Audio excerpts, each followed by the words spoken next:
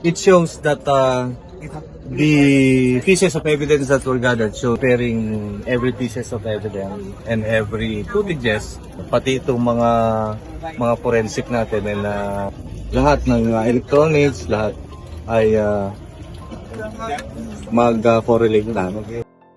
Sa mga nakaraang araw, naging mainit na usapan ang sinapit ni dating Yusek Cabral. Hindi lang dahil sa lugar kung saan siya natagpuan, kundi dahil sa mga detalyeng unti-unting lumalabas habang tumatakbo ang investigasyon. Sa umpisa, ang dating ng balita ay parang isang aksidente lang na nangyari sa isang delikadong kalsada. Pero habang pinapakinggan ang mga pahayag at tinitingnan ang mga galaw bago ang insidente, mas lalong nagiging mabigat ang pakiramdam na may hindi tugma sa kwento. Kaya ang tanong ngayon, ano nga ba talaga ang nangyari bago siya tuluyang nawala at bakit may mga detalyeng hindi pa rin maipaliwanag hanggang ngayon? Pero bago po ang lahat, baka pwedeng pa-like ang video na ito. At mangyaring mag-comment sa baba kung taga saang lugar ka para malaman namin saan umaabot ang ating mga video dahil napakalaking bagay na ito sa aming content creators. Maraming salamat po.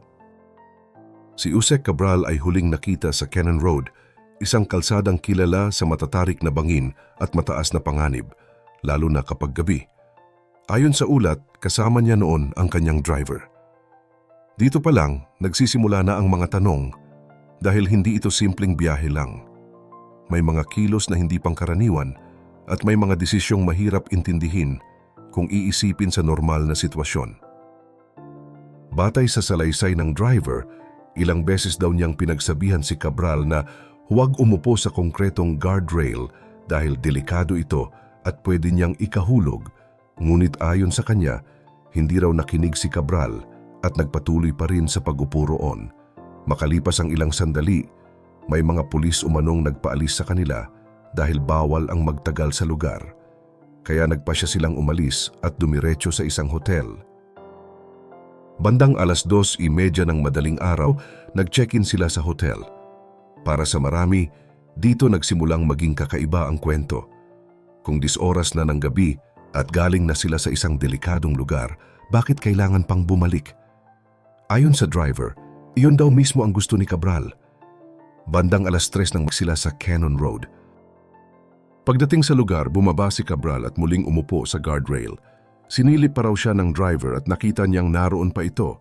Ang sabi raw ni Cabral, iwan muna siya at balikan na lang pagkatapos. Kaya iniwan siya ng driver sa madilim at halos walang tao na lugar. Dito napapaisip ang marami dahil hindi raw karaniwan na iwan ang isang kasama sa ganoong sitwasyon, lalo na kung alam mong nasa loob ng sasakyan ang kanyang bag at cellphone.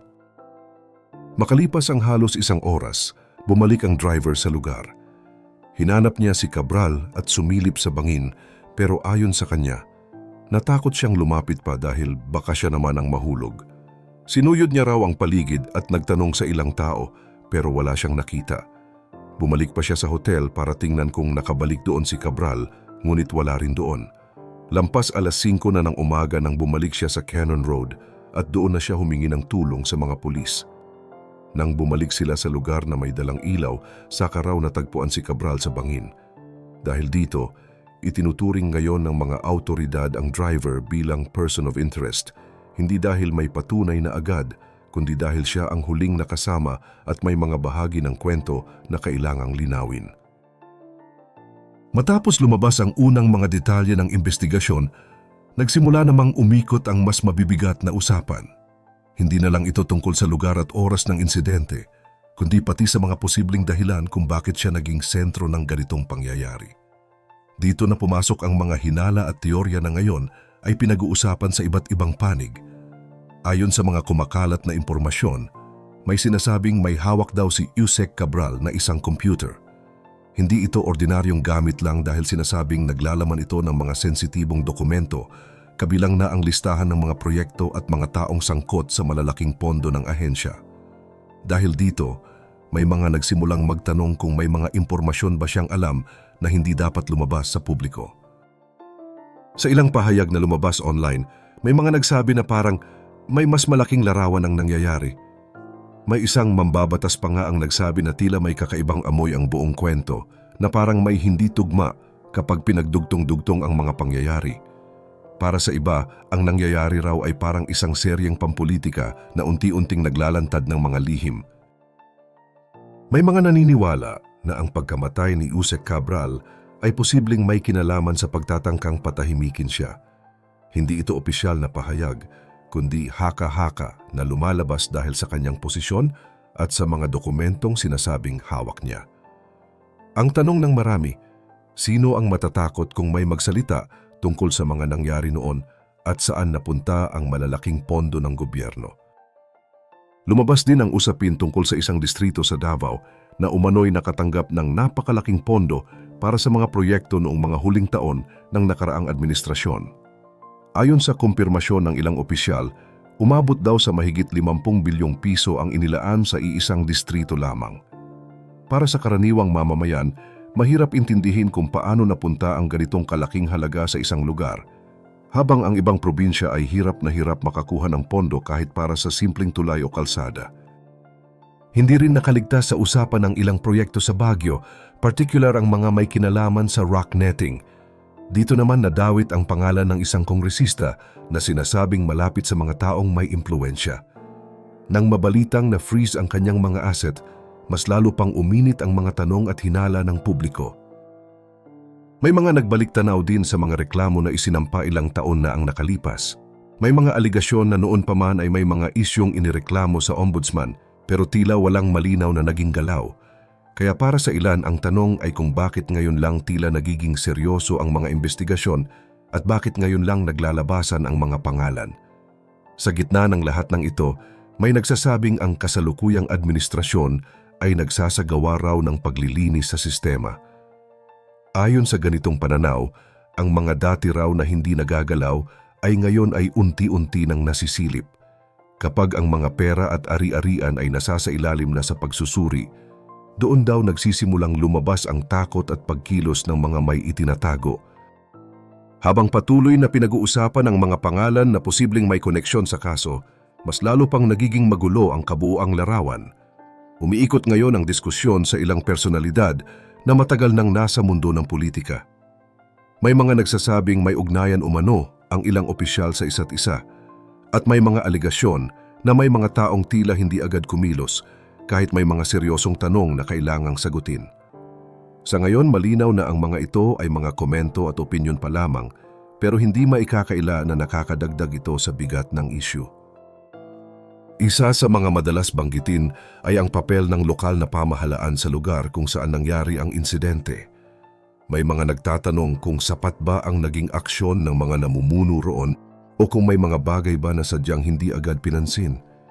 Para sa ilan, ang pakiramdam nila ay parang may mga taong mas piniling manahimik kaysa magsalita. Ngunit muli, wala pang malinaw na patunay kung ito ba ay kapabayaan o bahagi ng mas komplikadong sitwasyon. Sa kabila ng lahat ng ito, isang bagay ang paulit-ulit na binabalikan ng mga tao at iyon ay ang posibilidad na may naganap na hindi pangkaraniwan. Marami ang naniniwala na hindi ito simpleng insidente lamang. Kapag pinagdugtong-dugtong ang mga detalye, may mga bahagi ng kwento na tila hindi nagtutugma.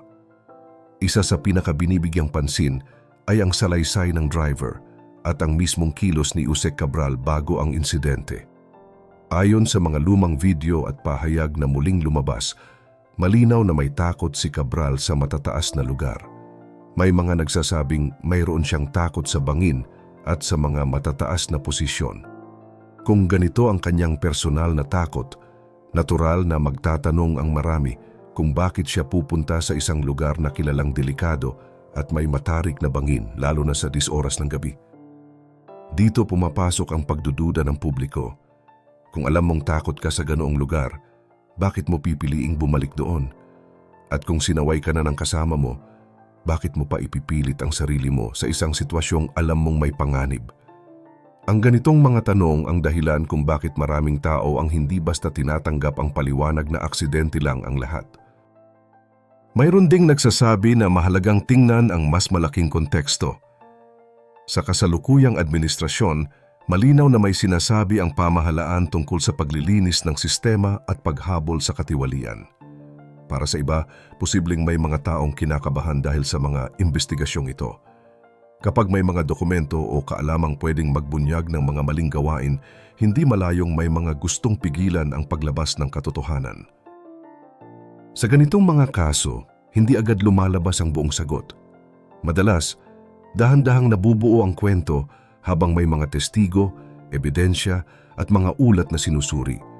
Ang mahalaga ngayon ay hindi basta husgahan ang sinuman, kundi tiyakin na ang lahat ng detalye ay masusing iniimbestigahan. Habang tumatagal, mas nagiging malinaw na ang kasong ito ay parang isang malaking palaisipan. Bawat piraso ng impormasyon ay may dalang bagong tanong.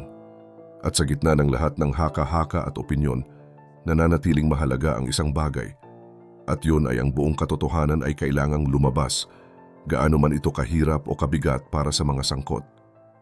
Kung ikaw ang nasa ganitong sitwasyon, maniniwala ka ba agad sa unang kwento na maririnig mo o hihintayin mo munang lumabas ang lahat ng detalye bago ka magpasya kung ano talaga ang totoo? I-share mo naman ang opinion mo sa ibaba at huwag kalimutang mag-like at subscribe para sa mas marami pang updates gaya nito.